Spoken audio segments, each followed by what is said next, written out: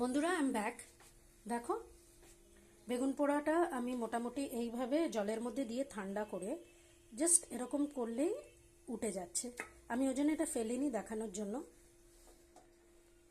বেগুন খোসাগুলো ছাড়ানোর পর এরকম আসবে। একটু টমেটো যাবে রাফলি চপ করা, পেঁয়াজ যাবে, আর ধনেপাতা কুচি রাফলি চপ করা। কড়াটা গরম হয়ে গেছে, এবার আমি এতে তেল দেবো। অবভিয়াসলি এটা সর্ষের তেলেই ভালো লাগে, অন্য কোনো তেলে কিন্তু বেগুন পোড়া ভালো লাগে না।